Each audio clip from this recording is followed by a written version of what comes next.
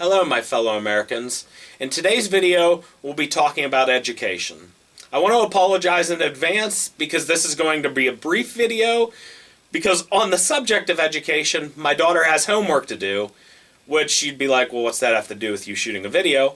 I'm a responsible parent. I want to make sure my kid gets her homework done, and also she's my camera person because I don't like trimming the front end and the back end off of the video because that's more work than I care to give. But anyways, criticize me for that laziness as you so choose, and use that against me if you so choose, because I'm sure it will come up in the future. Oh, he's too lazy to be president. But let's face it, we all have things. Right now, I don't feel like editing a video. It's the end of the month. My daughter has homework. I need to make sure she does that.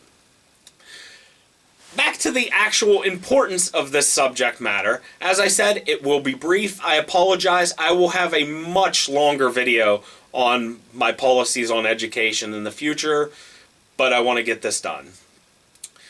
Education, by many Americans, we're considered, we're so smart, we're so great. But if you actually look at it, we do very poorly compared to many other developed nations in the world. We aren't even the top 10 when it comes to education. Now, you might be asking yourself, how do we address that? How do we take care of that? Well, first and foremost, maybe if we didn't have an outdated education system, maybe if we updated. I know when I went to school, there were books when I was in high school that were older than me. And I don't mean like they came out the year before I was born. I mean, some books were like 10 years older than me. And I'm not talking about the kind we read in English that were written by great authors. I'm talking about the actual books. If we want to become a better nation, we have to invest in our future. Our children are our future. I've mentioned that in past videos. Well, the best way to invest in our children and our future is with investing in education. You can't expect people to keep up with the modern era when they're educated on things that are 20 years out of date. When they're reading books that in and of themselves have been proven that they're no longer right.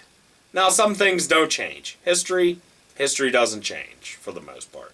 I mean, yeah, we just decided that dinosaurs have feathers instead of scales. That's, I guess, history, but not the point I'm trying to make. There are all sorts of things that we just do not teach our children because most schools don't have the resources. And while we're on the subject of schools not having resources, we have a thing in this country where we reward schools that do well, which, good, by all means. Reward students in schools that are doing well. But in the process, we ignore the students in the schools that are struggling. Oh, you have a school full of students that aren't learning? Well, no more funding for you, no bonus funding. We're putting those children even further at risk. They're falling behind even worse.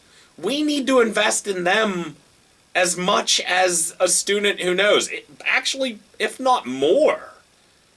If a student is picking up on it and doing well, they shouldn't be punished for that. But the ones that are struggling, they shouldn't be punished either. They need brought up to speed. They need to see that they're not forgotten about. And the best way of doing that is updating. Better education systems from the ground up. Put money into the schools. We pour money into all kinds of unimportant things. We dump loads, millions, billions, trillions of dollars into other countries. But you're telling me we don't have the money to invest in education, to invest in children's futures?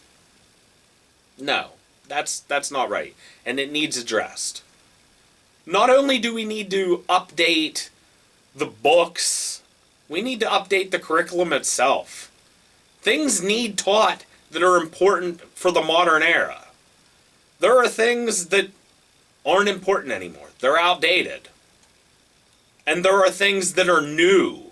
New technologies spring up every day. And for the most part, children pick up on that stuff because they're raised with it. But not every child has that advantage. Not every child has a computer at their house. Some children don't even have TVs in their house, which you'd think a TV's in every house in the 2021. But TV has nothing to do with education. It's just me pointing out not every child has access to those things at home. Now, should it be the responsibility of strangers to take care of that child? No, a parent should take care of that child, but that's not always how it works. And some of that falls back on us as a nation being there to make sure that children aren't left behind. And like I said, I'd love to touch on this more, and I will touch on this more. I just wanted to get some kind of video out because I didn't want the month to roll by, and that's irresponsible of me not putting out a video. It's already irresponsible enough waiting till the last minute to put out a video, but life's busy, and that's how it goes sometimes. So in closing, I will cover this more in the future. Thank you for watching. I apologize again for a short video. Have a great day.